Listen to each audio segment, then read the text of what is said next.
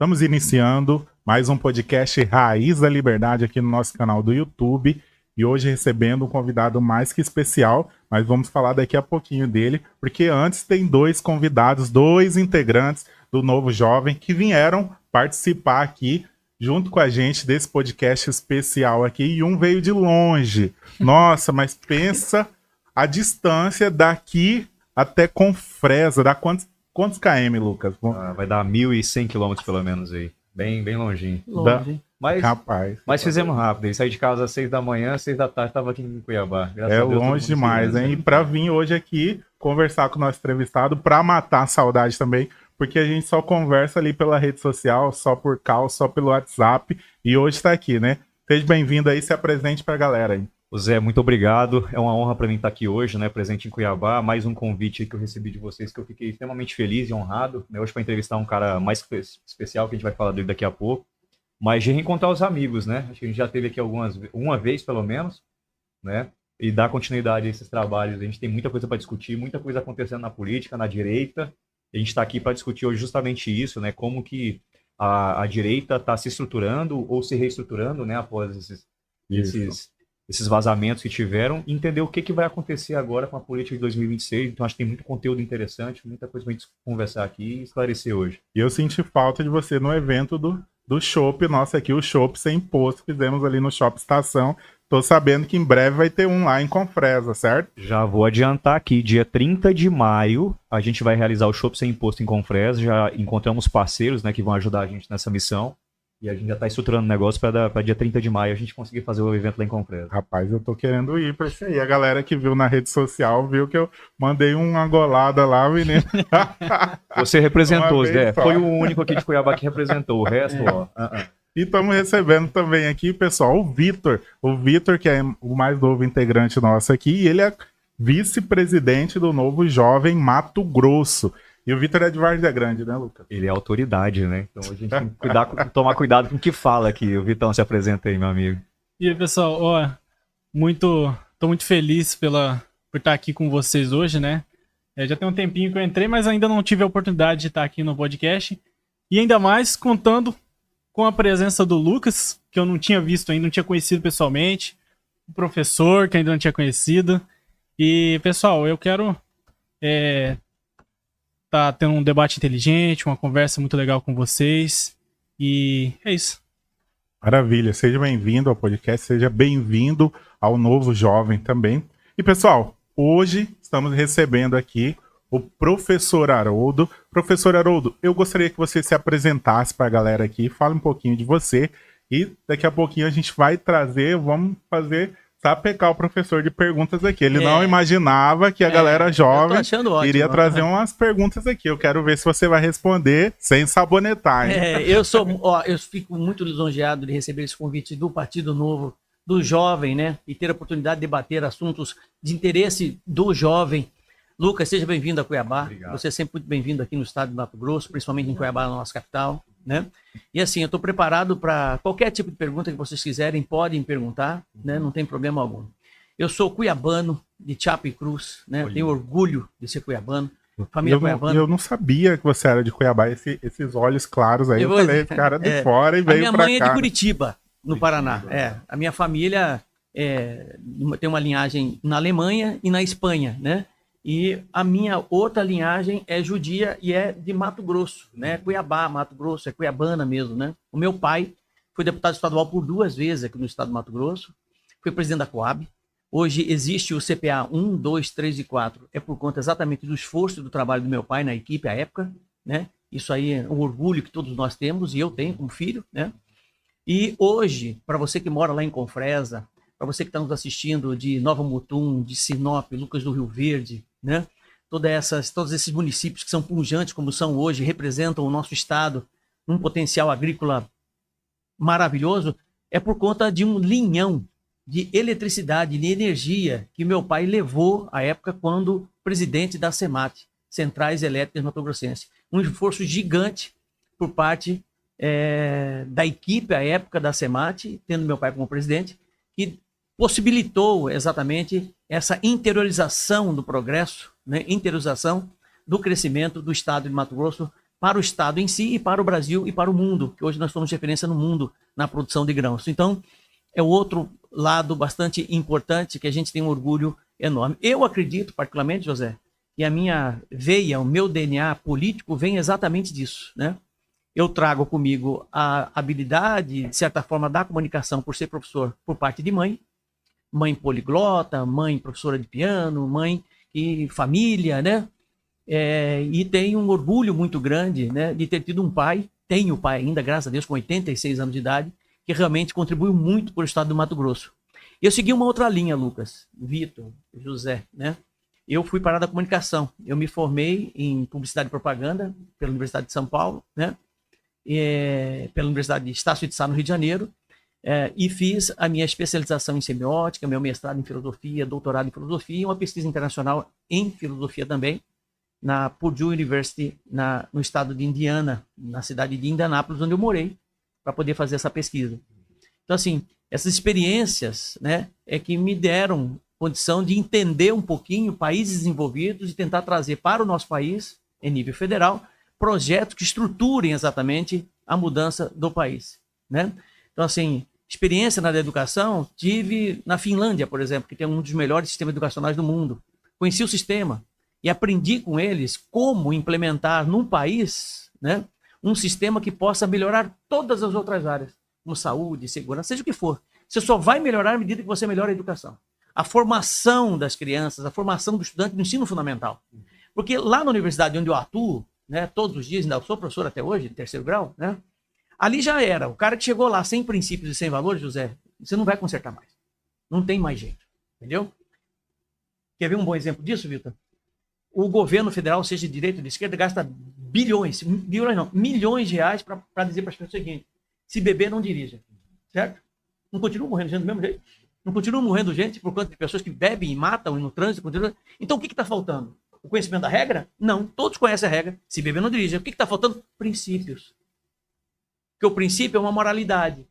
Tá entendendo? Então, quando você tem falha de formação moral, né, leva exatamente a isso. O cara parar na vaga de deficiente, tem uma desculpinha, porque ele parou na vaga de deficiente. Ele fura fila, ele compra testado fósforo, entendeu? Então, isso é tudo educação. Eu vejo que você é um professor que dá aula na UFMT. Na você UFMT. É de direita, Isso, você tem os pensamentos de direita, e na UFMT, principalmente na área da área E de social, filosofia ainda, né? tem muita galera lá que é de esquerda, né? E eu fico imaginando como é que o professor lida com essa galera. Como é que você faz lá? É interessante. Essa pergunta sempre me fazem, né? Nós somos 25 professores, 23 professores são de esquerda mesmo, né? Inclusive declarados, uns beirando ao comunismo mesmo, né? Mas, enfim, e outros dois, eu e mais um, que eu sou de direita. Veja bem, e sou de filosofia, né? Quando você fala filosofia, imediatamente o cara já pensa assim, putz, esse cara é de esquerda, né? Olha, existem formações diferentes em filosofia. A minha formação, né, onde eu fui pesquisar, onde eu fui estudar, onde eu fui aprender, é uma formação americana. Eu estudei num laboratório chamado American Thoughts, Pensamentos Americanos. O ícone do meu trabalho de pesquisa e de análise social é de um filósofo americano chamado Charles Sanders Peirce, né? E o pensamento dele é um pensamento pragmático, de consequências práticas daquilo que você faz enquanto ser humano. Vou te dar um exemplo, José. Estou pensando em falar isso. Quais as consequências dessa minha narrativa, dessa minha fala? Ela é uma consequência positiva? Falo. Não é positiva? Eu não falo.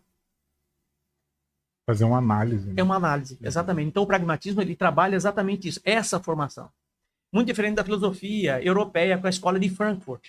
A escola de Frankfurt, que é hoje, de certa forma, você pega a USP, você pega parte da PUC, né? Os professores, a maioria deles tem essa formação da escola de Frankfurt, né? Que é muito diferente. Então, assim, e lá na universidade, uma vez que você chega no grau que eu cheguei, né? Eu não sou um professor em estado probatório. Eu não sou um professor com especialização. Eu não sou um professor com mestrado. Eu sou um professor com doutorado e com pesquisa internacional. Então, eu tenho livre docência, praticamente. Porque as pessoas respeitam o que eu dou, o conteúdo que eu dou. Eu nunca tive problema na universidade. Porque eu sempre agi com diplomacia, sempre me posicionei politicamente, né? E nunca parti para o radicalismo. Nunca. Eu apresentei um programa de televisão durante 8 anos na TV Vila Real. Eu e mais 2 de esquerda. Nunca tive problema. Porque eu sempre mantive... Eu discordo de você. Tá? Mas eu discordo com diplomacia, com respeito, com argumento. Né? Eu não faço afronta pessoal. Porque quando você entra num debate, José, que o cara começa a mirar você e fala assim, mas o seu presidente é um fascista. Você para a discussão. Porque já perdeu o objeto. Não tem mais sentido. Saiu da razão. Saiu da razão. Exato. Entendeu? Então, quando sai da razão, perde o sentido. Então, assim, eu trato política séria, desse jeito. Professor, isso é uma boa observação e assim, eu queria até... Porque isso é uma capacidade que poucas pessoas têm, né? Eu vejo que a nossa política, na política hoje, a gente tem muita gente hoje que é incapaz de gerar um debate produtivo, né? De gerar assuntos que sejam de fato relevantes, né? Você não é obrigado, Lucas, a responder tudo. Exato. Tá? A rede social, por exemplo, o Instagram, o Facebook, hoje, como dizia o Bauman, nós vivemos uma sociedade líquida, superficial. As pessoas não estão preocupadas, tá, com a construção do argumento. Estão preocupadas com a aprovação social. O que vão dizer de você? Ele não vai olhar, por exemplo, o argumento do cara, ele vai olhar quantos coraçãozinhos ali ele tem que curtiram a fala dele. Isso é absolutamente líquido. Quando você vê uma sociedade que deixa a autoridade, a competência como protagonismo e começa a adotar performance como algo que seja interessante para a sociedade, isso para mim demonstra uma falência enorme. Por quê? Quando o cara pega um celular e fala assim, será que eu sou médico? Cara, o cara formou, cara. O cara fez 20 anos de estudo, cara.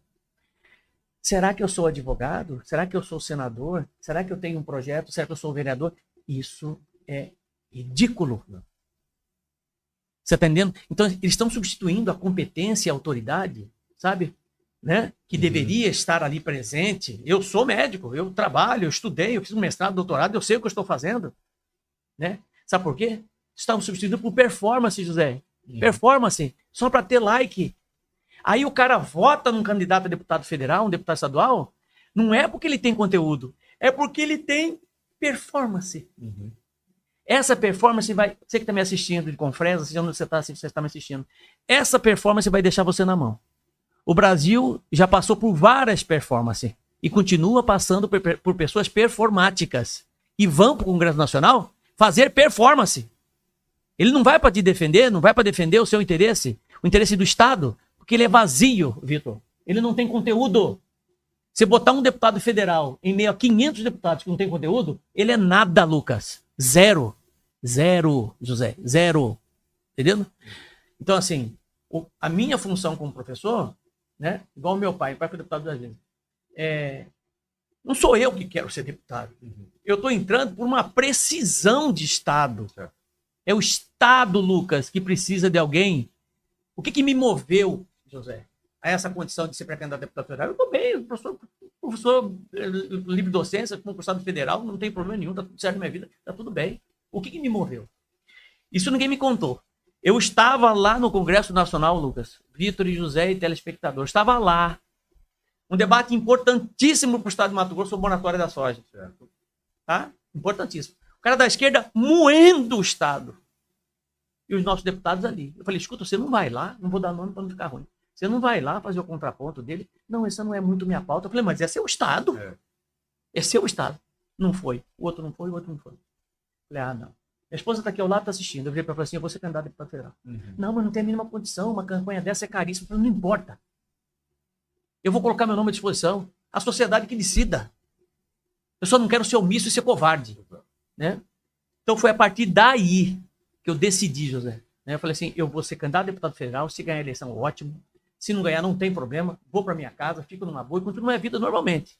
Agora, eu não vou deixar o Estado que eu amo passar por uma situação dessa. E você escolheu o Partido Novo também por esse motivo? Porque o Partido Novo dá essa abertura? Eu escolhi o Partido Liberal. O Partido Liberal foi o primeiro partido, né, mais alinhado comigo e alinhado com a história do meu pai. Que ano foi isso, professor? Foi há 2 anos e meio atrás. Na discussão da moratória, né? Exato.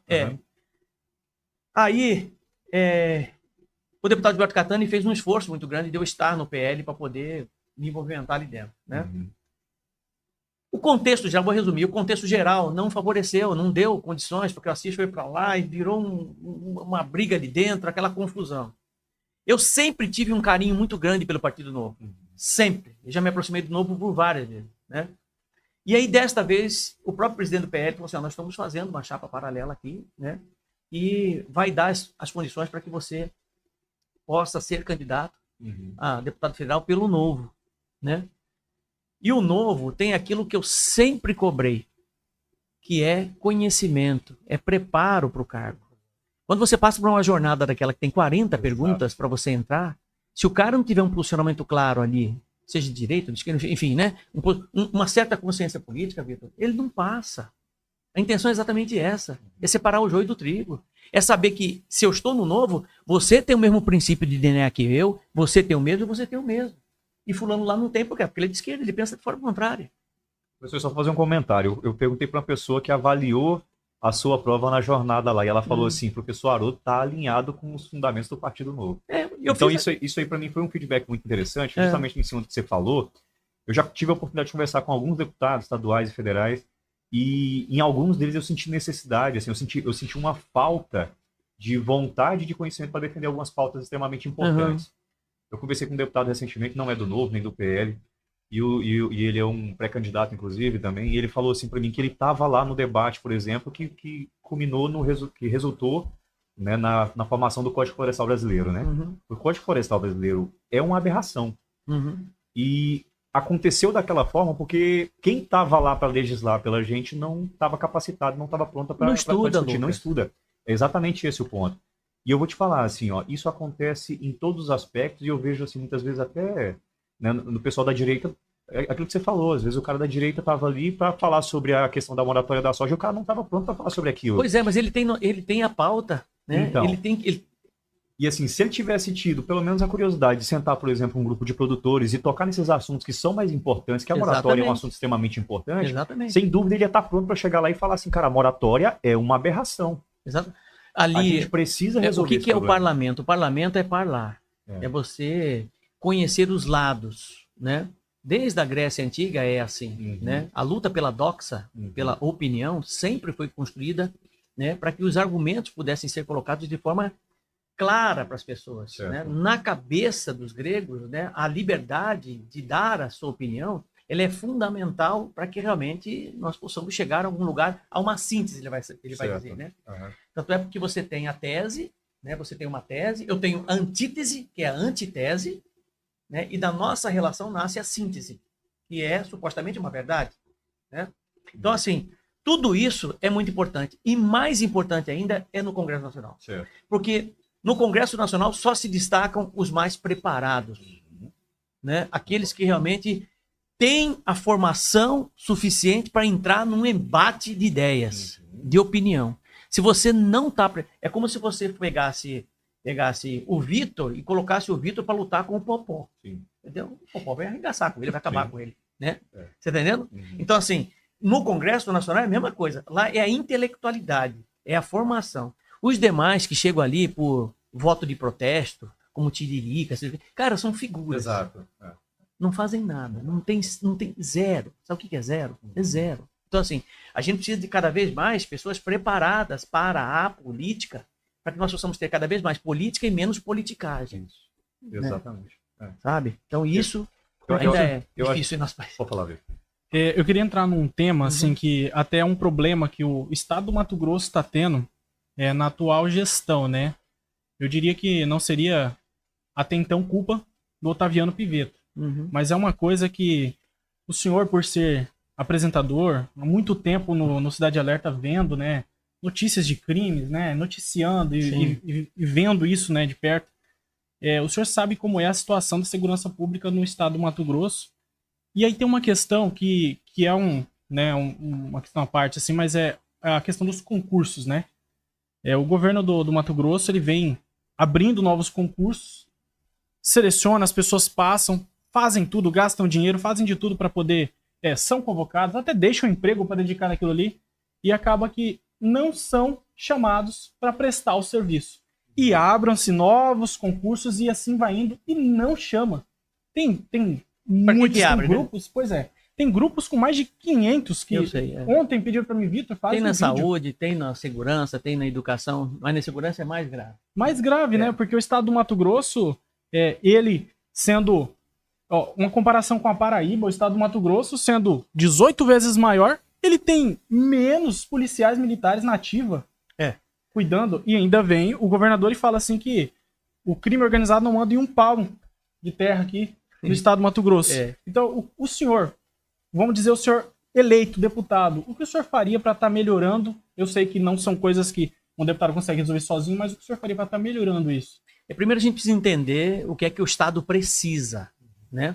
Uma coisa é certa, por mais que você implemente, Vitor, uma campanha como Tolerância Zero, como foi colocado pelo governo do estado de Mato Grosso, por mais que você implemente campanhas mostrando, né, que o governo está ativo diante do feminicídio, diante da violência contra a mulher, mas os índices continuam aumentando, por mais que você se esforce nesse sentido e o crime de mando volte, como nós tivemos no caso Zampieri, no caso Renato Neri, alguma coisa está errada.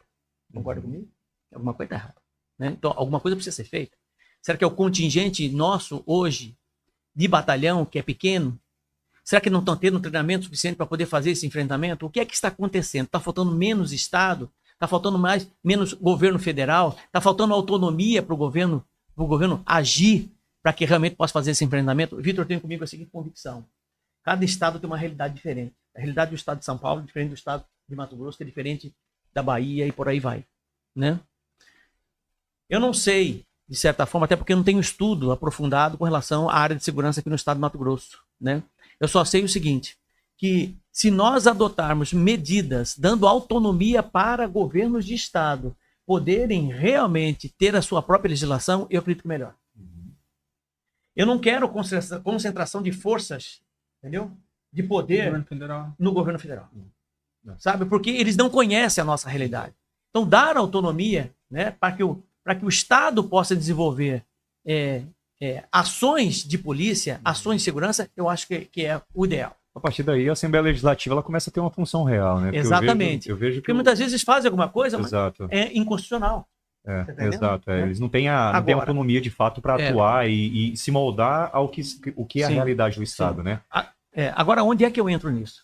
Falar assim, onde é que eu entro? Você falou como deputado federal, né? Onde é que eu entro nisso? Como deputado federal, eu posso pedir algo que eu acho que é fundamental. Nós temos um Código Penal que tem 80 anos. O Código Penal nosso tem 80 anos, José. 80 anos. De lá para cá mudou um pouquinho, mudou? Né? Então, eu acho que eu, como deputado federal, eu posso, no mínimo, pedir, seja por meio de comissões, de análise na área de segurança, né, com outros demais parceiros da bancada federal, né, pedir uma revisão do Código Penal brasileiro. Ali você tem cláusulas pétreas, posicionais, de prisão perpétua, de pena de morte. Ah, mas eu sou... Peraí, você é contra, mas é a maioria que pensa. Né? Então vamos estudar, vamos analisar, vamos ver o que está resolvendo. Porque, veja bem, a mulher tem medida protetiva, não funciona. A mulher tem botão do pânico, não funciona. Tem Maria da Penha, não funciona, a mulher continua morrendo. E agora vão colocar a tornozeleira rosa nas entendeu? Então, assim... nos homens que cometem o crime. Eu tenho a seguinte convicção, Lucas, tá? Se o cara pensar em violentar a mulher, ele sabe que ele vai apodrecer na cadeia, ou ele vai morrer com pena de morte. Não tem outro caminho para ele. Se ele tiver essa consciência, eu acho que começa a melhorar. Ele pensa duas vezes. Duas vezes. Tem um caso chamado Jeffrey. Jeffrey é um menino de 12 anos de idade. Tá, Vitor? Eu morava em Indianápolis nessa época e eu acompanhei o cara. Ele simplesmente chegou em casa e matou o pai e a mãe. Matou o pai e a mãe. Teve lá um estupro lá, tal. Matou o pai e a mãe. Entendeu? Isso foi em 2012. Né? Tem quantos anos isso? 24, 12 anos, né? 6, 14 anos. Vai apodrecer na cadeia, pegou prisão perpétua. Vai apodrecer na cadeia. 12 anos de idade. Vai apodrecer na cadeia. E isso, pra mim, é lei que funciona. Certo. Entendeu? É lei que funciona. Como é que o cara... redução, né, da maioridade. Claro. Como é que o cara tem 14, 15, 16 anos, com tanta nova tecnologia de informação e comunicação, que um guru hoje de 14, 15 anos sabe tudo, Vitor. Lucas, sabe tudo, José. Sabe, tem acesso a tudo. Como é que esse cara tem acesso à informação, tem tudo, e não vai responder pelos seus atos? Ué, que coisa é essa? Você quer votar? Beleza. Mas se você matar, você vai pagar por isso, cara. Tá entendendo? Então, assim, esses são erros crassos que nós estamos vivendo na legislação brasileira que precisam ser revisados. Professor, explorar mais um pouco isso. Até que idade você acha que o cara poderia responder criminalmente, né? Eu acredito que você tem a infância, você tem a pré-adolescência, a adolescência e adulto jovem. Né? Eu acredito que já na pré-adolescência você já tem condições de ter informação. Seria dos 12 anos ali para frente. Tem um outro detalhe também, o Lucas, que é muito importante, que o Brasil ainda não tem, que é uma outra intenção minha. Eu disse a vocês que eu tive a felicidade de morar na Finlândia, e lá eu tive contato com o melhor sistema educacional do mundo. É uma coisa impressionante, né? Lá eles têm algo que outros países têm, como o Canadá, Estados Unidos, que é uma disciplina de governo. A disciplina chama governo, do ensino médio. Governo, né? Essa disciplina dá exatamente aquilo que é importante, que eu acho, que eu já percebi que no Brasil tem uma deficiência muito grande, que é a formação cidadã. Você pega hoje uma criança com 14, 15 anos de idade e pergunta para ela assim, o que faz no Tribunal de Contas? Ela não sabe. Não sabe. Exato. Não sabe como funciona o Não, Estado. não sabe nada. O Tribunal de Justiça não sabe. O que faz o deputado federal não sabe, o deputado estadual não sabe. Isso tudo é disciplina de governo, José. E tem muito adulto que não sabe. Não sabe também. Então, eu atuo diretamente nessa falha, ensinando essas crianças, que é algo que é importantíssimo, né? Então, assim, quando nós implementarmos, né, no sistema educacional brasileiro, de forma obrigatória, disciplinas como educação tecnológica, educação financeira, para a criança saber o valor do dinheiro, né? Tá? E implementar a disciplina de governo, você melhora a relação dela social e com as autoridades. Ela vai saber exatamente. Nós vamos diminuir o efeito tiririca no Congresso Nacional. Tá entendendo? Porque ele vai falar assim, não, entre o tiririca e esse cara aqui, eu vou nesse cara aqui, esse cara aqui é preparado, esse cara aqui é inteligente, esse cara aqui... Tá entendendo? Então, assim, o que está faltando, o problema, Lucas, não é necessariamente os pré-candidatos, não são os pré-candidatos. É o eleitor, que hoje não tem a formação política necessária para diferenciar o joio do trigo. Certo. Que é ele que legitima, né? Professor, eu e o José fomos nas ruas de Cuiabá, há um tempo atrás, entrevistar o pessoal. Tem gente que fala assim, você vai debater com, principalmente de direita. O cara fala assim, não, o Lula não tem eleitor. Não, isso aí é roubo e não sei o quê. Só que, cara, você indo na rua e perguntando para as pessoas que você encontra ali em quem ele vota, você vai ouvir cada coisa que você deixa de acreditar nisso aí. Você vai ver que realmente tem muita gente que não entende. Os caras, quando não brincando, falando de, não, eu vou votar no caneta azul, né, José? Ou então os caras davam uns argumentos assim, não, eu vou votar no Lula porque o voto de protesto. Tá bom pra mim. E as pessoas, assim, o ponto É o é voto que de protesto. as pessoas não entenderam a importância das instituições, é isso que você falou. Então, assim, o cara não tá preocupado, por exemplo, quem que o presidente vai indicar, por exemplo, uma função, o ministro do STF. Exatamente. Até pouco tempo atrás a gente não sabia. A gente não sabia até pouco tempo atrás quem eram os ministros do governo. Então, assim, se o cara era o ministro da Fazenda, era o ministro da Educação, depois virou o ministro da Economia, né? Mas e da Lucas, Educação. isso incomoda. Nossa, Incomoda. Incomoda quem? O sistema como um todo. Porque o sistema como um todo, principalmente o governo que está aí, já entrando diretamente falando do governo Lula, né, o governo de esquerda, é o governo que tem como proposta manter a população cada vez mais na pobreza e cada vez mais na necessidade básica. Existe uma escala chamada escala de Maslow. A escala de Maslow é a escala das necessidades humanas. A primeira e mais básica dela, que os venezuelanos nunca saíram, né, é a necessidade fisiológica, necessidade de comer. Então, assim, eles sabem que se eu mantenho o cara na pobreza, é mais fácil controlar. Certo. José, se eu controlo necessidade, eu controlo opinião. Entendeu? Eu controlo você. O cara mal nutrido, você fica na minha mão. Você fica aqui, ó, na minha mão. Eu não deixo você crescer. Tá entendendo? Isso funciona em todos os planos. O que é que te liberta disso aqui que eu tô falando aqui, ó? O conhecimento que te liberta. Só o conhecimento liberta. Não existe outro. Esse é o tema e o conceito fulcral. Lucas, as pessoas podem tirar tudo de você. José, tudo de você. Eu tô falando com um professor. Lucas, Vitor, tudo de você. Só não tira o seu conhecimento. Tá? Então, assim, o estudo, ele traz exatamente isso. Ele te liberta da ignorância para que você não seja mais um ali. Então, muitas das vezes, na maioria das vezes, o que eles não querem é que você pense. O governo de esquerda, para mim, é o seguinte: um governo que quer acabar com duas disciplinas como sociologia e filosofia é um governo que quer acabar com a sua possibilidade de pensar. Ele não quer que você pense, que você reflita. Tá entendendo? Porque se você pensar, é problema. Imagina o problema que eu não causo. Entendeu? chamando e provocando as pessoas, mostrando para elas o problema. E acabar com essas duas disciplinas não necessariamente é você ir lá na escola e arrancar essas duas disciplinas da Não. grade, né? É, É você entrar dentro dela e acabar com ela por dentro. sim, por Porque dentro. a filosofia e a sociologia viraram disciplinas hoje que são Sim, basicamente de militantes. Né? Isso, Então, assim, exatamente. você não tem fundamento teórico. Eu, pelo menos, eu falo assim, eu formei no ensino médio, né? uhum. Há, sei lá, 10 anos, 12 anos, né? E as disciplinas de sociologia e filosofia eram militância. A gente não tinha fundamentos Mas era uma militância porque o professor filosóficos. queria. Exato, O professor quer É. colocar isso em sala de aula. Que é aquilo que a né? gente estava discutindo mais cedo, né? Então, assim, hoje dentro da universidade são 25 professores, 23 são de esquerda. São. Então, assim, ó, houve um aparelhamento das Total. instituições total, e isso culminou nisso. Total, porque Até contar o meu relato, né? Na universidade, formei na Universidade Federal também, né? Federal do Amazonas, e lá eu tinha a maior parte dos professores, majoritariamente, apesar de ser um curso de agronomia, majoritariamente os professores eram de esquerda. Hoje eu tenho um ou dois que me mandou uma mensagem, às vezes a gente conversa, alguma coisa, que são de direita. Hoje são, mas naquela época eram neutros. Né? O debate no Congresso por muito tempo, ele ficou muito assim, você tinha pessoas de esquerda e você tinha pessoas de centro que não estavam dispostas a comprar briga, era isso. É. Quando aconteceu a discussão do Código Florestal Brasileiro, foi exatamente isso. A esquerda montou qualquer coisa, qualquer pauta que você colocasse passava, porque as pessoas não estavam prontas, capacitadas, mas eles tinham uma forma de controlar o agro, de impedir que por exemplo, que as regiões produtivas crescessem. Isso é uma estratégia para fazer com que a classe média continue pobre, entendeu? Para que a classe pobre continue pobre ou a empobreça mais ainda. Né? Mas a verdade é que a esquerda ela trabalha de uma forma que ela quer controlar a mente das pessoas e principalmente hoje os formadores de opinião, porque quando você passa para a universidade, a ideia é que essas pessoas sejam os novos formadores de opinião da sociedade. E é o que não acontece hoje. As pessoas estão saindo doutrinadas, militantes de esquerda. Isso. Mas como é que começou tudo isso? Né? Só para você saber como é que começou tudo isso. Adorno, pensador europeu, né? Ele cria um mecanismo de aparelhamento. Né? Então, como fazer com que a esquerda tome conta do Brasil, do mundo, seja o que for? Né? Primeiro você começa pelas universidades. Exato.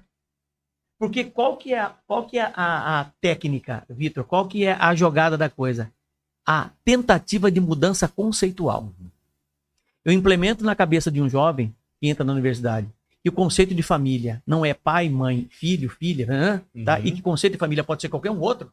Pronto, eu já estou mudando o conceito. Você está tirando a base. Tirando a base. E quando eu tiro a base, tá entendendo? Eu tiro o alicerce. Exato. Daquilo que é fundamental. Exato. Sob o ponto de vista social. Tá entendendo? Que é a estrutura familiar. Observem o quanto de desestrutura familiar promove, né? Traz consequências danosas para quem não tem essa estrutura, não tem um pai, não tem uma mãe, uma estrutura familiar mesmo, né? Manaus, 70% das crianças que nascem em Manaus hoje são sem o registro do pai. Né? Então, assim, ó, só para você ter uma ideia. 70%? 70%. Então, assim, a chance dessas crianças terem no Estado uma referência moral, uma referência ética, é muito grande. É muito grande. Então, esse cara não vai ter a orientação, né, de um pai aí que vai dar para ele os caminhos, que vai ensinar a trabalhar. Não. Ele vai lembrar do auxílio, ele vai lembrar do Estado como quem vai prover na vida dele e quem vai dar a segurança. Isso é um risco muito grande, né? Muito grande. E aí onde não está a mão do Estado, está a mão da onde? Do Comando Vermelho, da facção criminosa. Exato, né? Que tá e é o que está acontecendo. Exato. É o que está exatamente acontecendo. Lembrar da fala aqui do Marcola, né? Ele falava assim que eles estavam muito bem alinhados com os partidos aí de esquerda. Eu não quero nem citar nome, não, mas a gente sabe quem que é. O narcotráfico movimenta bilhões, né? E não é bilhões de dólares, não, de euros. É muita grana. E certamente financia muita coisa, né? E o PT tinha tudo para importar isso, né? Quando o Lula foi preso, para lembrar, né? As Farc publicou uma nota em apoio ao presidente Lula na época. E pior que tem gente que não acredita nesse alinhamento, né? Não acredita, cara. Isso que me incomoda mais. Mas, enfim, não adianta você querer entrar em rota de colisão com certas pessoas, porque não vai levar a lugar nenhum. O Foro de São Paulo, por muito tempo, foi levado como uma teoria da conspiração, né? Hoje a gente sabe que é um negócio muito bem estruturado. Eles falam sobre isso abertamente, né? Como que foi estruturado. O Lucas falou sobre, né, eles destruírem por dentro, né, as instituições, né, inclusive as matérias. Eu não gosto de usar muito o governo chinês como exemplo, mas assim, na China, muitas pessoas falam que lá não pode ter igrejas, por exemplo. Só que eu tava estudando e eu vi que, na verdade, não é bem assim, né? Lá pode ter igreja. Só que com a Bíblia deles, com versículos modificados pelo governo, a cruz não pode ter, tem que ser o rosto, né, do presidente deles. Então, assim, o que eles fizeram? Eles, em vez de proibir de ter igrejas, não, o que eles fizeram? Modificaram como essa igreja vai ensinar e como as pessoas vão agir. Eles adotam um sistema que seja conveniente ao governo, né? Eles mantêm um batalhão de jovens, né, para o jovem que está assistindo aí, jovens de 13, 14, 15 anos, né? Lá eles têm um sistema firewall, aquele sistema, né? E eles pagam mensalmente para essa gurizada publicar só o que interessa do governo. Isso. Entendeu? Uhum. Defender o governo. Então, assim, não é uma realidade, né? Uma realidade nua e crua, né? Uhum. É uma máscara aquilo ali, entendeu? Igual faz o Xi Jinping lá, que é o da Coreia do Norte, Do né? norte, exato. Uhum. Então, assim, é um sistema opressor, né? E é muito diferente do que a gente... E voltando ao assunto da educação, assim, a Coreia do Sul, eu tava estudando sobre ela também, assim, 30 anos atrás era um dos países mais pobres do mundo, né? E ela conseguiu ter essa virada de chave, principalmente usando a educação. Claro. Investindo em educação e tecnologia. Investindo na educação, hoje é um dos países mais ricos do mundo. Coreia do Sul, Singapura, né?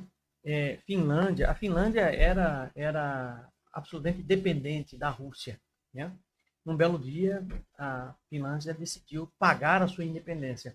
Ela pagou a sua independência com madeira. Não sei se você sabe, mas na Finlândia só tem 3 tipos de madeira. Uhum. Né?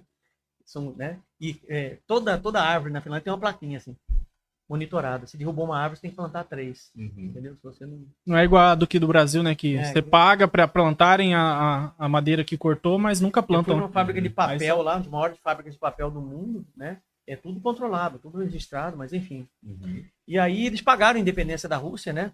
E perguntaram para a presidente à época, né? O primeiro presidente, o que eles iam fazer daqui para frente para que a Finlândia pudesse se desenvolver. Isso está na história, eu li no livro lá da história da Finlândia. Ele assim, eu vou fazer 3 coisas. Tá lá, tá registrado isso, né? A primeira coisa é investir fortemente na educação, né? Que é muito importante. Né? E a segunda coisa? A segunda coisa é investir no segundo ano um pouco mais em educação, né? E a terceira coisa, mais ainda em educação. Foi exatamente o que ela fez, né? Ela investiu todo o recurso finlandês na formação das crianças, né? Então, para vocês terem uma ideia, uma criança do ensino básico lá, uma criança com 4, 5 anos de idade, ela tem aula de convivência, né? Eu conheci um menino chamado Paino, o nome dele, 5 anos de idade. Eu fui acompanhar, passei o dia todo acompanhando uma escola básica, né? A professora fala assim, Paino, pode entrar, né? Estou fazendo fila para entrar. E o pai não entra, né? Aí a professora perguntou assim, Paino, quem você convida para entrar na sala de aula para sentar perto de você, né? Aí ele fala assim, um exemplo, não me lembro mais o nome da menina, porque o nome finlandês é esquisito, né? Vou falar aqui, Michele, né? Tá? Michele, né? Ele vai lá, Lucas, pega a Michele na mão, entra com a Michele na sala de aula, puxa a cadeira para a Michele, a Michele senta, ele empurra a cadeira, em 4 unidades, 5 unidades. Sabe quando o menino desse vai cometer feminicídio? Nunca. Violência contra a mulher? Nunca. Eles montam a carteirinha, a professora fala assim, agora aula de trânsito. Eles montam a carteirinha assim, como se fosse um ônibus, tá? E colocam plaquinhas. Plaquinha vermelha, na cadeirinha que tem síndrome de Down. Plaquinha amarela, idoso, né? E fala, vambora, vamos para onde você quer.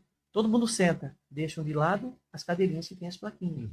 Para eles aprenderem que quando entrar no ônibus, aquela cadeira é reservada para idoso, reservada para quem tem síndrome de Down, né? Tudo isso é qualidade de comportamento, sabe? É ensinado. Então, assim, estão 1000 anos em nossa frente com relação à educação, uma coisa impressionante. Professor, você falou um pouco da população aqui, né? Sobre a educação da população. Mas já vi você falando também do despreparo dos políticos, dos homens de eleias, enfim, e que tem hoje no Congresso. Que é o que mais enfim. tem, E aqui em Mato Grosso nós temos um cenário de deputados federais que você está entrando para modificar, né? O que você traz de diferente para Mato Grosso, para a população entender que Haroldo está vindo com um pensamento diferente desses que você chama de despreparados. Exatamente. O que acontece é o seguinte, existe uma diferença muito grande em você ser um político que promove política de verdade de um político que promove politicagem.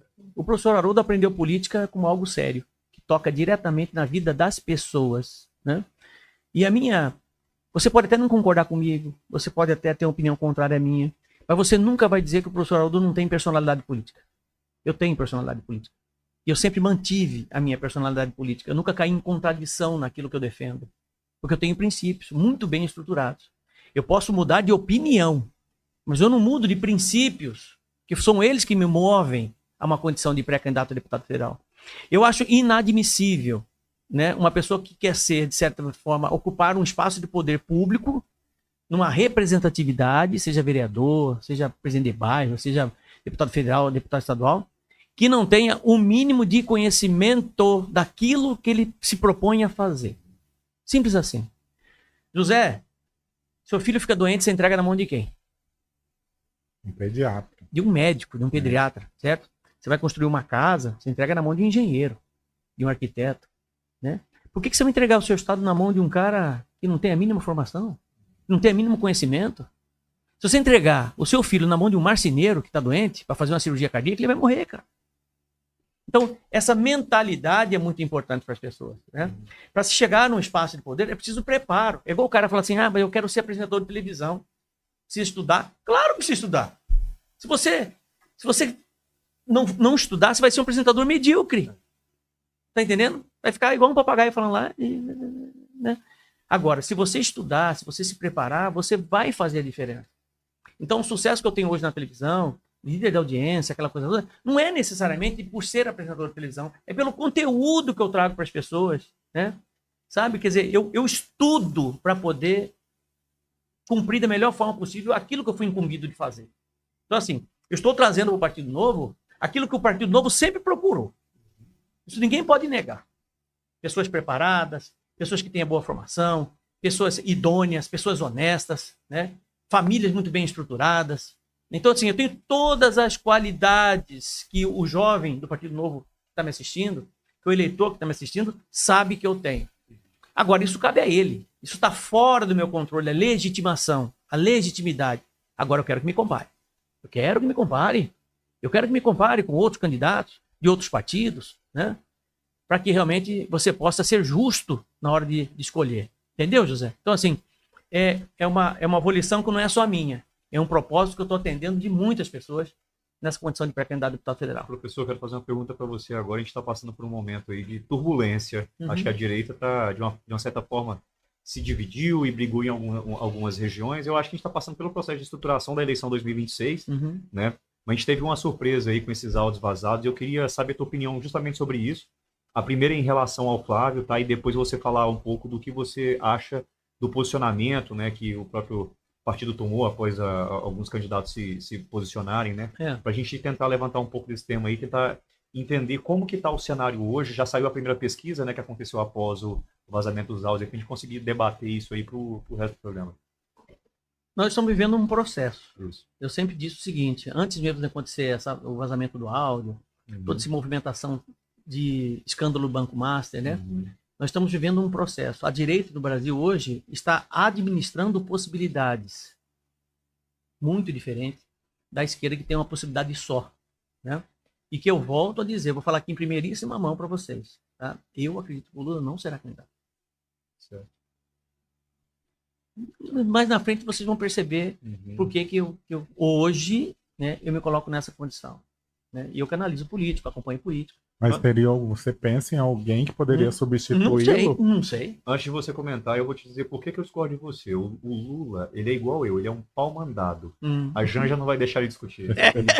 A Janja, né? A Janja não vai deixar ele desistir. Então, por conta disso, eu acho que ele vai ser. Mas eu concordo com você que ele tem todas as motivações para não ser candidato hoje, e eu acho que o movimento que... esse lançamento do áudio nesse momento foi para tentar forçar o Flávio a desistir da eleição. Olha só, vou voltar naquele raciocínio do administrar possibilidade. Então, certo. A gente tem, claro, está concentrada, de certa forma, a possibilidade no Flávio Bolsonaro de um lado, no Zema, ventilou-se muito o Zema como candidato à presidência da República, né? São nomes excelentes, né? O próprio Caiado, que depois, né? Mas, assim, a ideia, e que eu acho que a estratégia é exatamente essa, é da direita estar unida num segundo turno, se é que teremos segundo turno, para que realmente a direita ganhe a eleição e, consequentemente, nós enterremos a esquerda em nosso país de forma definitiva. Eu, particularmente, acho que essa é a última eleição, Vitor, da esquerda no Brasil. Ela é muito importante. Né? Tá? Eu conto com isso, espero com isso, espero que a população brasileira tenha essa noção e tenha essa consciência. Né? E, professor, eu queria fazer um comentário em relação a isso, porque assim, ó, a gente da direita, a gente sempre bateu muito na questão da corrupção, né, dos partidos de esquerda, do PT, né, e todos que estavam envolvidos ali, caso do escândalo da Mensalão, Petrolão e todos os escândalos que a gente passou pelos governos de esquerda, né? Só que a gente precisa lembrar que o problema da esquerda nunca foi só a corrupção. Então, assim, esse ataque, por exemplo, que você comentou aqui, sobre o ataque à família, né, as bases da sociedade, onde você desestrutura as pessoas e enfraquece elas, eu acho que é talvez o principal crime da esquerda no nosso país. Porque, assim, a corrupção ela é importante, ela enfraquece as pessoas, enfraquece a sociedade, empobrece as pessoas. Correto, mas se trata de dinheiro ainda. Quando você pula para dentro da casa da pessoa e vai lá acabar com a família dela, eu acho que é um pouco mais grave a situação. Sabe qual que é a diferença do cara? Não, você está raciocinando. A esquerda ela é ardilosa, ela é maldosa, ela persegue as pessoas. Sabe qual que é a diferença entre a esquerda e a direita hoje no Brasil? De algumas pessoas, que eu não posso falar por todos, é o seguinte: se você apontar que fulano é corrupto, né, o cara da direita você põe na cadeia. Mas ele é do seu partido, põe na cadeia. Porque nós não compactamos com isso. E não queremos estar ao lado do mesmo grupo de gente que comete coisa errada, ilícita, com a coisa pública, principalmente, né? Investiga, né? Vai lá e investiga. A esquerda não vai fazer isso, José. A esquerda fala assim, não, peraí, vamos ver. Acho que não é bem assim, vamos ver. Você tá vendo? Vai criar situações para proteger aquele determinado companheiro. Antes de qualquer coisa, vão falar que estão sendo perseguidos, né? Você vê, hoje, o Flávio Bolsonaro foi à imprensa e disse o seguinte, olha, por que ninguém assina a CPMI do Banco Master da esquerda? Os caras não querem, Vitor. Se eu cometi o crime, investiguem. Investiguem. Entendendo? Quer dizer, então, isso me incomoda. Né? Sabe, o fato de realmente não criar essa... Não é porque de interesse da direita, muito menos da esquerda, mas de interesse da sociedade brasileira como um todo. É um escândalo, um desvio bilionário. Né? Então, assim, independente de lado, cara. Então precisa ser investigado, sim. Concordo. Ninguém fala mais nada disso. Agora só fala no áudio. Agora é só o áudio do Flávio Bolsonaro com o Porcaro. Cadê os 120 milhões da esposa do ministro? 128 milhões 120 do Alexandre Moraes. Ninguém fala. Exato. Cadê o cassino do Toffoli? Que ninguém fala. Só na base da cortina de fumaça, né? Lá atrás eles falaram Teve um evento do PT, eles anunciaram o Bolsomaster, né? Eles falaram que... Isso aí já foi um sinal de que é o que eles vão trabalhar agora, tentando... impor isso aí para minar, né? Exatamente. Mas eles sempre jogaram sujo. Eu acompanho política desde os 12 anos, né? E assim, eles sempre jogaram sujo. Sempre. O PT sempre foi a estratégia deles. Eles iam bater da forma que pudesse.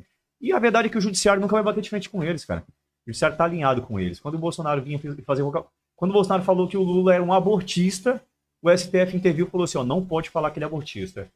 Falou que ele era amigo do Maduro, não pode falar que ele era amigo do Maduro. Alguém tem dúvida que ele tem exatamente essas duas características e o STF simplesmente, o TSE, né, na época presidido pelo Alexandre de Moraes, não aceitou que se falasse isso. Pois é. Mas contra Bolsonaro e qualquer um candidato de direita, você pode atacar, você pode falar qualquer coisa. Pode atacar, pode ter até escola de samba.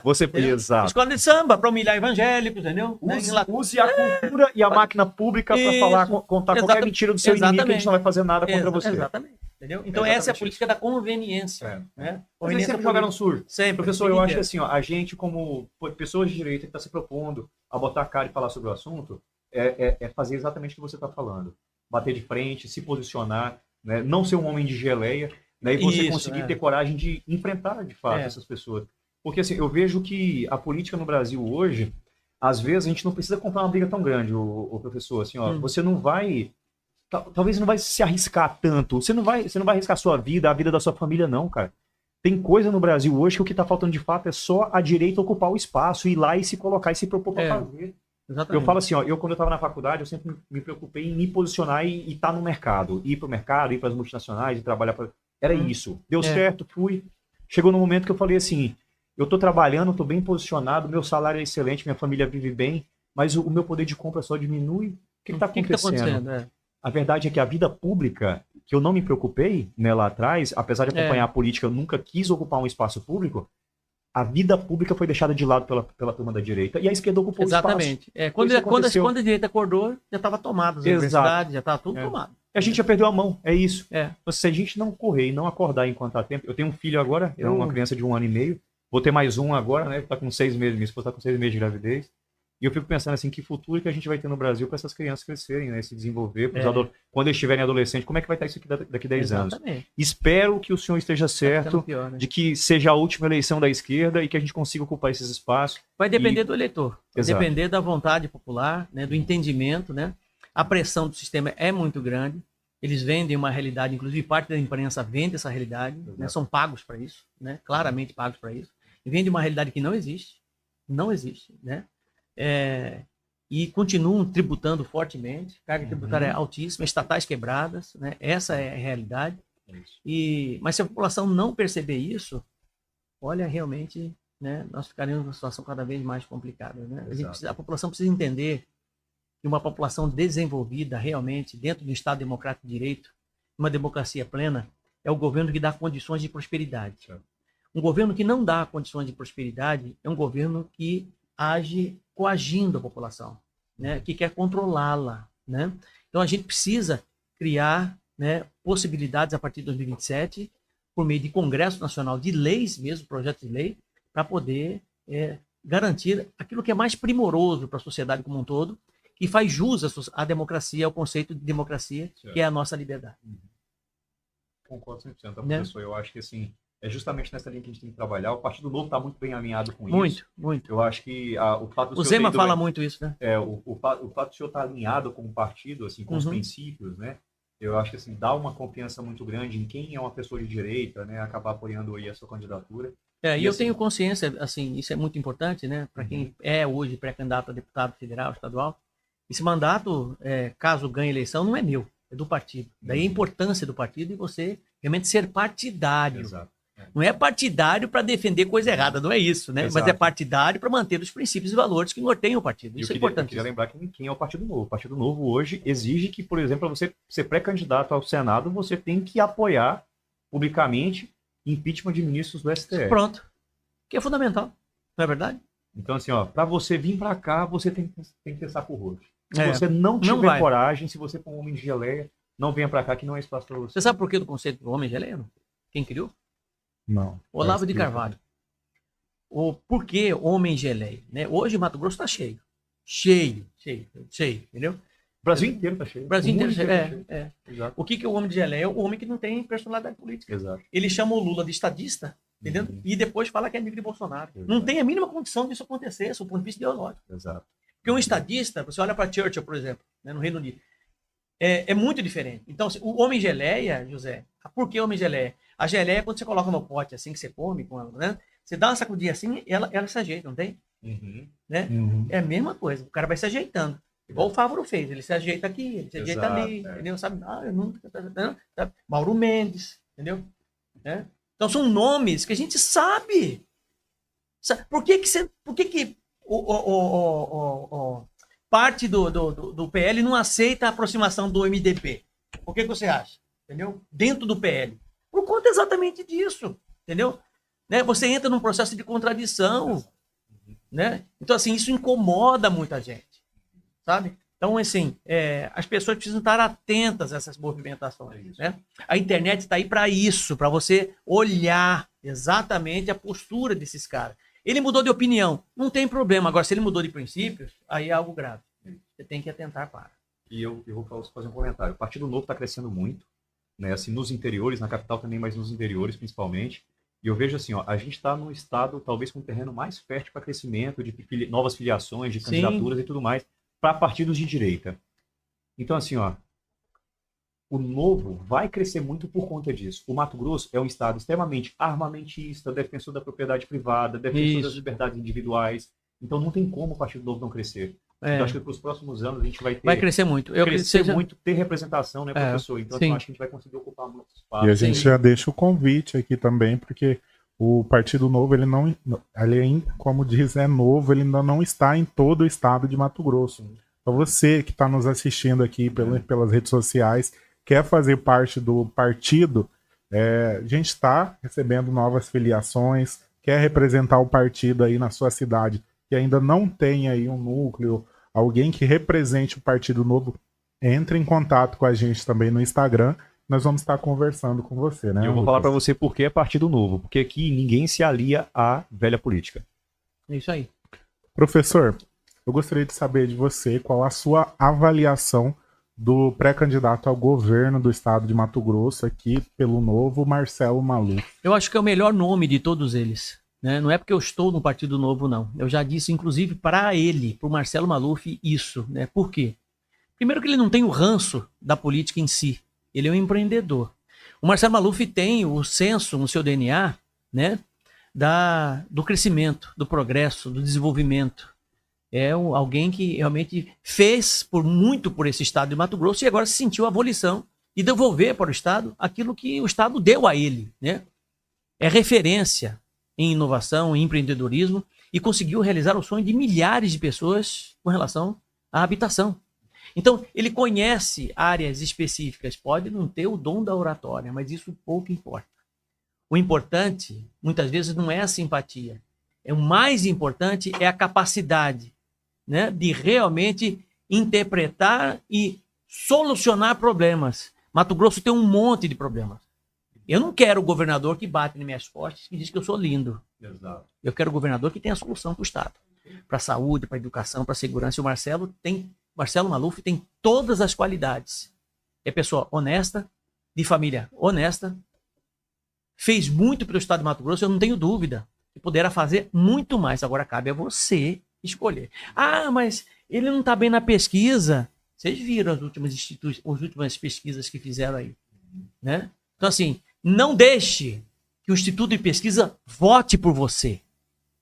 Em Minas Tenha Gerais, convicção do seu voto. o Zema também foi assim no governo. Ele não aparecia entre os primeiros, em terceiro ele aparecia e acabou ganhando como governador. Em quinto. Exato, aí começou a subir 2 semanas antes.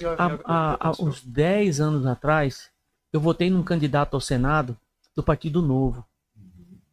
Olha que interessante, né? Eu cheguei em casa, ele falou assim, vai votar em quem para senador? Eu falei, vou votar nele. Ele falou assim, mas ele não tem nenhum ponto percentual, mas para mim é o mais preparado. Lembra o nome? Não lembro o nome dele, é um baixinho assim. Do partido, me lembro muito bem disso. Eram 2 vagas, uma vaga eu votei nesse rapaz, entendeu? Não foi eleito, teve pouquíssimos votos, mas assim, era de longe, sabe? Mas a pressão do marketing era tão intenso dos nomes que estavam ali, sabe? E ele não teve espaço. Rapaz, em televisão ele tinha 6 segundos. Como é que vai fazer um negócio desse com 6 segundos, cara? Entendeu? O bom é assim, José, entendeu? Senta eu aqui, o outro candidato lá, entendeu? Isso é bom. Debate, mas a internet democratizou muito isso. Muito, graças a Deus. Devagar as coisas estão acontecendo, professor. Eu acho que força de vontade hoje, assim, hoje, por exemplo, você tem uma rede social, você tem um Instagram, você consegue crescer, fazer seu trabalho lá. Sim, mostrar quem você é. Mostrar quem você é, sem depender, por exemplo, de um jornal de televisão. Isso, exatamente. E a tendência natural é essa, né? Exato, então assim, essa democratização. A maioria das pessoas que estão nos assistindo agora, estão assistindo pelo YouTube, né? Não assistem televisão há muito tempo. Exatamente. Muito tempo. Essa é uma tendência. É uma tendência natural. É justamente essa democratização que aconteceu. Assim, a rede social, ela apresenta conteúdo para todos os públicos. Né? Então, assim, existe espaço para todas as ideias, né? E assim, quem consegue entregar alguma coisa de valor vai crescer e vai... Exatamente. Eu acho, assim, de uma forma muito mais independente, surgirão bons nomes aí, bons candidatos. Eu acho também. E o negócio é tão democrático que a esquerda é contra, né?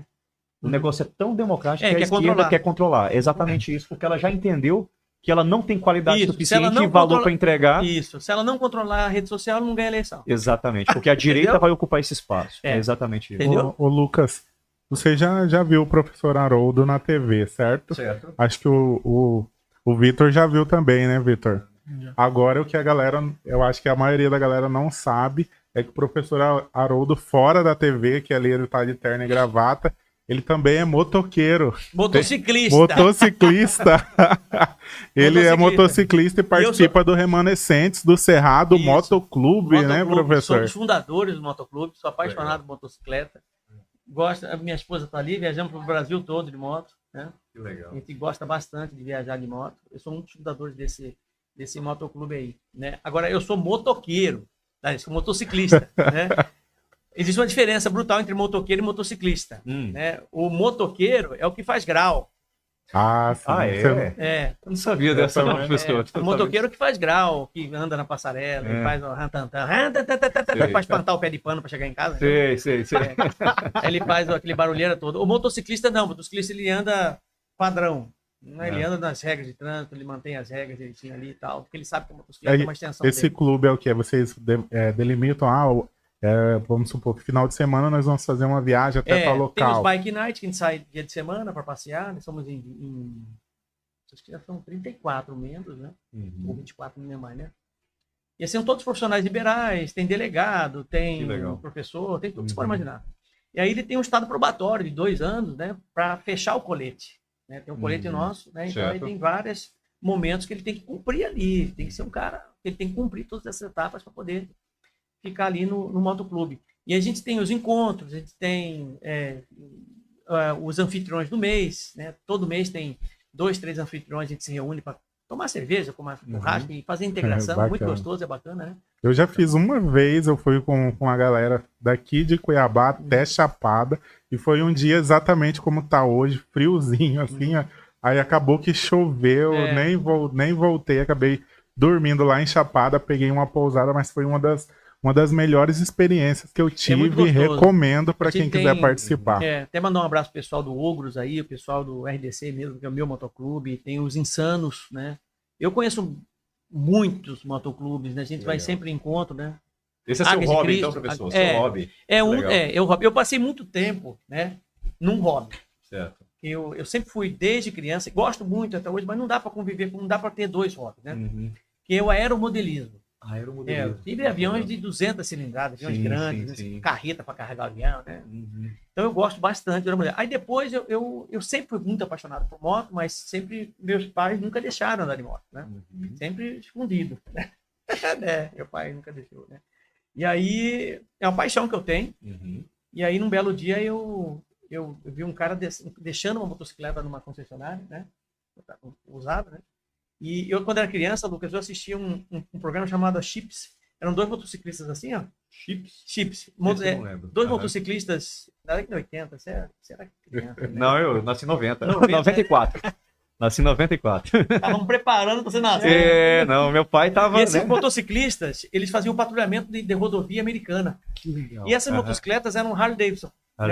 E eu falava, eu tinha 10 anos de idade, eu chegava do colégio, eu ia pra frente da televisão assistir Sítio do Pica-Pau Amarelo e depois na sequência era Chips. Eu assistia todo dia e eu falava assim, um dia eu vou comprar uma moto dessa. Olha que legal. E aí eu passei a vida toda, tive outras motos e tal, né? Um belo dia eu tô passando na frente de uma concessionária assim, tá descendo uma moto do jeitinho que eu vi no Chips, né? Eu falei assim, cara, eu parei, falei, nossa, essa moto linda, né? Ele falou assim, Harley Davidson é ultra, não sei o que e tal. Eu tava vendendo, eu tô deixando para vender aqui, porque eu vou embora para os Estados Unidos e eu vou vender a moto aqui. Né? Puxa vida, né? Aí eu falei assim, quanto que é a moto? Né? Aí ele falou um valor lá, né? Aí eu falei, cara, não tenho esse dinheiro aí, né? Só sei que o valor que ele pediu, do valor que eu tinha, dá uma diferença de 20 mil reais. Certo. Né? Aí eu virei para ele e falei assim, ele falou, quanto que você tem? Eu vi que você apaixonou na moto, o olho até brilhava, né? Eu falei, eu tenho tanto, né? Aí ele falou assim, faz um pix aí, vou vender pra você. Eu já vendi casa, vendi apartamento, vendi tudo, minha esposa já tá, estamos pronto, estamos no hotel. Quero resolver, preciso vender essa moto para me dar o documento, eu tô embora, eu vou morar nos Estados Unidos, né? 20 mil reais vai mudar minha... Cara, eu peguei o celular, fiz assim, ó, na conta. Passei, fiz o pix, né? Aí eu falei, meu Deus, comprei a moto. E agora para chegar em casa, com a mulher em casa, né? Comprei a moto. Aí a moto ficou parada uma semana em casa, eu só olhando para a moto e a moto olhando para mim. Eu não dava conta de andar. Aí, resolvi num domingo de manhã cedo, acordei cedo, falei, vou andar, porque ela é muito grande a moto. É uma Harley Davidson Ultra Limit, bem grandona, né? 1.900 cilindradas. Falei, eu vou sair com essa moto, né? Vou sair. Acordei cedinho, sem ninguém, domingo, né? Peguei, saí, acelerei e tal, saí, peguei a estrada de Chapada. A hora que eu entrei na estrada de Chapada, só eu, Deus, nascer do sol e tocando a música, que é a música que eu gosto, do AC/DC, entendeu? Sabe? Que música que era, professor? Thunderstruck, né? Olha, isso aqui fazia assim, milagre, né? Corria assim, no capacete. Emocionante. De realização Eu imagino. na vida. Eu conto até me emociono. É. Olha, cara, foi um momento assim. Que legal, Tá cara. chapada, né? Aham. Chapar o sol assim, chegando na chapada. Eu falei, cara, eu não acredito que eu tô com isso aqui, cara. Que ano Uma foi isso, coisa de professor? criança. Ah, foi. Ela levou 4 anos pra andar comigo. Tem 10 anos? Que legal. Levou 4 anos pra andar comigo. Ah, a Nessa esposa moto. demorou medo. Eu só andava sozinho. Olha só. Aí, mas houve uma certa pressão, né? Eu Sim. estava no motoclube já. E aí a minha moto é muito confortável. Certo. E os caras têm uma moto menor que não é tão confortável. Porque os caras tudo com esposa, namorada. Então eles iam com a esposa. Uhum. Cara, 1h30 de moto com aquele banquinho pequenininho atrás, né? A esposa não aguentava. Uhum. Aí a esposa falou assim: ai, fulano de tal, né? Posso ir com o Haroldo? Tem uma poltrona atrás, né? Certo. Vai, pode ir, não sei o que, tal. Ela descobriu, entendeu? Que tava voltando comigo. Falei, você vai andar comigo ou você não vai? Se você não vai andar comigo, eu vou vender essa moto e vou comprar uma outra que não tenha a banco de trás, né? Certo. Pra andar sozinho. Daí pra frente. Hoje ela pra outra gosta mais andar. que eu. Todos. Legal. Vai em todos. Sozinho. Aí teve que... Aí é companheira em tudo, Ah, que bom, cara. não tem erro, né? Ah, é bom ter um hobby desse, né, professor? O meu lá é pesca e às Pesca. vezes caça. Bom demais, né? Eu falo assim, eu moro numa região que é... Eu tô entre o Xingu e o Araguaia. Então, Uhum. assim, eu tô no paraíso de quem gosta dessas coisas ali, né, cara? Falando em caça, outro dia eu vi um cara, achei interessante. Eu gosto de assistir, ver vídeos no TikTok. Certo. Eu vi como que chama aqueles que tem implantação, aqueles porco, não, É, Javali? javali. Ou javaporco, né? Javali, né? Tá ele tá na caminhonete e a mulher dirigindo, ele vai pra cima da caminhonete, né? Vai, Zé! Vai sair lá! E ela fala, vai, Zé! Cara, sai uma manada, assim, um monte de porco assim, cara. E daqui ele manda, pá! Nada. Pá! Ela fala assim, acerta, Zé! Pelo amor de Deus! O cara dá uns 5, 6 tiros, cara. e era de monte, né? Eu acho que eu vi E não isso. acerta um, né, professor? Não acerta nenhum. Aí o gostoso é a voz dela, falando assim, Aham. homem ruim! Deus o livre! É humilhante. Você vai aí atrás. É Só de humilhante. castigo. Cabra ruim de tiro, cara. Pô, cara, Achei humilhação. graça dela. E assim, a manada de porco quando sai, cara, é espalhada, assim, você não consegue ver E o espaço ataca a onde gente, não né? tem ele. Ataca Ataca. demais. Porco é um perigo, né? Assim, o porco ele é um perigo para vários motivos. A segurança nossa, né? Mas a questão das lavouras dá um prejuízo danado, né? E assim, no Brasil houve uma E introdução lá na sua acidental. região tem, Acidental, pela Argentina, Tem, né? Exato. É. E no Brasil teve, a região sul hoje tem muito java-porco, né? Então, assim, que causa muito prejuízo. Não. E tem gente, inclusive, que tentou parar, né? Não podia mais controlar. E tudo Talvez se você criasse um sistema por projeto de lei de caça esportiva, mais. resolveria. Eu vou Mas já contar- tem, né? É permitido a caça deles, não é? Suspenderam e Era. agora, pelo que entendi, tá voltando. Então, assim, ó, É. com a caça já tava tomando de conta, imagina sem a caça, tá? Então, o negócio ia... O Lucas, eu já vou aproveitar aqui e pedir as suas considerações finais aqui para dar um tchau pra galera aí e aí eu vou conversar com o Victor também. Show de bola. Ô, José, obrigado pelo convite, cara, mais uma vez, tá? O pessoal do Partido Novo, né? Então, assim, é uma oportunidade da gente vir discutir, esclarecer, né, o que está acontecendo na política. Acho que é um espaço aqui interessante de conversar com pessoas politizadas, né, que têm um conhecimento, que estão dentro do negócio, né? E para mim é um prazer estar aqui. Mensagem aqui pro pessoal do Mato Grosso, né? Assim, a gente está em ano eleitoral, olhem com atenção quem são os candidatos, né? Se eles defendem de fato os princípios, né, que você defende também, que eu acho que é o mais importante. E obrigado, cara. Obrigado, acho que é um espaço aí pra gente conseguir difundir esses assuntos e, mais uma vez, tentar fazer alguma coisa pela política brasileira. Maravilha. E aí, Vitor, fala pra gente aí as suas considerações finais. Você que tá hoje aqui pela primeira vez aí, deixa um recado pra galera. Eu gostei muito de conversar com vocês, né? E também ouvi bastante o professor falar nessa Wikipédia ambulante, né? Wikipédia. Tem muito a ensinar, ficar conversando com ele é uma coisa excelente, né? Tem muito a aprender, muito a ensinar e o jovem precisa aprender, precisa ouvir, principalmente pessoas que têm mais conhecimento, que têm a ensinar, têm a agregar, né?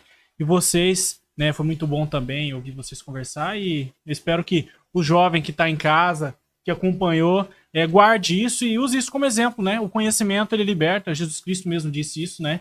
Então, o conhecimento, ele é essencial e a cultura, né? Como base, o conhecimento vai moldar a cultura do povo e a cultura do povo é o que vai guiar o nosso futuro, né? Isso aí. E é isso.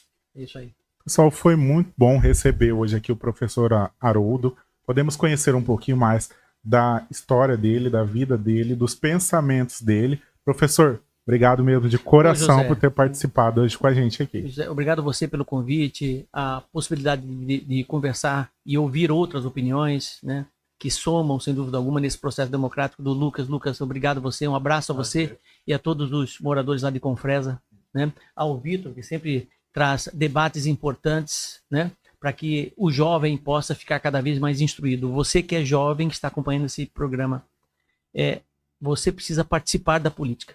Só o fato de você estar aqui nesse vídeo até agora, né, você já, de certa forma, já saiu diferente do início do vídeo. Você já é uma outra pessoa. Tenho certeza que você aprendeu alguma coisa. Isso é fundamental. Para que você possa ocupar espaços de poder com pessoas que pensam igual a você. Se você não participa da política, fala assim, eu não gosto, não quero. Se você não participa, você abre espaço para que pessoas governem a sua vida e a vida das pessoas que você ama. Então, faça política com honestidade, com integridade. O Partido Novo está aqui exatamente para te receber. Coloque para fora as suas vontades, para que realmente nós possamos melhorar. Para você que hoje, né, está começando a se identificar com a política, amanhã você pode ser candidato a vereador. Mas eu não sei se eu vou ganhar, não importa. Não importa se você vai ganhar, se você vai perder. Só o fato de você ter a virtude da coragem de se candidatar a vereador, a deputado federal, deputado estadual, é o suficiente para a sociedade entender que você é uma pessoa diferente e que quer o bem para a sociedade como um todo. Então, participe. Essa é a mensagem que eu quero deixar, tá, José? Perfeito. Pessoal, muito obrigado a todos que estiveram com a gente até esse momento. Gostaria de lembrá-lo, quem ainda não segue a gente no Instagram, procura lá novojovem.mt, já passa a seguir a gente lá, porque tem muitos eventos que a gente promove aqui em Cuiabá e também em todo o estado de Mato Grosso, e é lá que a gente divulga e você vai poder estar sabendo em primeira mão e poder participar, conhecer a gente que está aqui no podcast do Novo Jovem, poder interagir, conversar sobre política junto com a gente. Você que não está inscrito aqui no nosso canal, já observamos aqui que a maioria das pessoas que assistem o programa não estão inscritos ainda no canal. Você acredita nisso, Lucas? Não é possível, velho. Que coisa, né? Já clica aí, a gente vai conquistar essas pessoas. já se inscreve agora aí, deixa um like também. Isso aí. Deixa aqui a sua opinião nos comentários, tá ok? E até a próxima.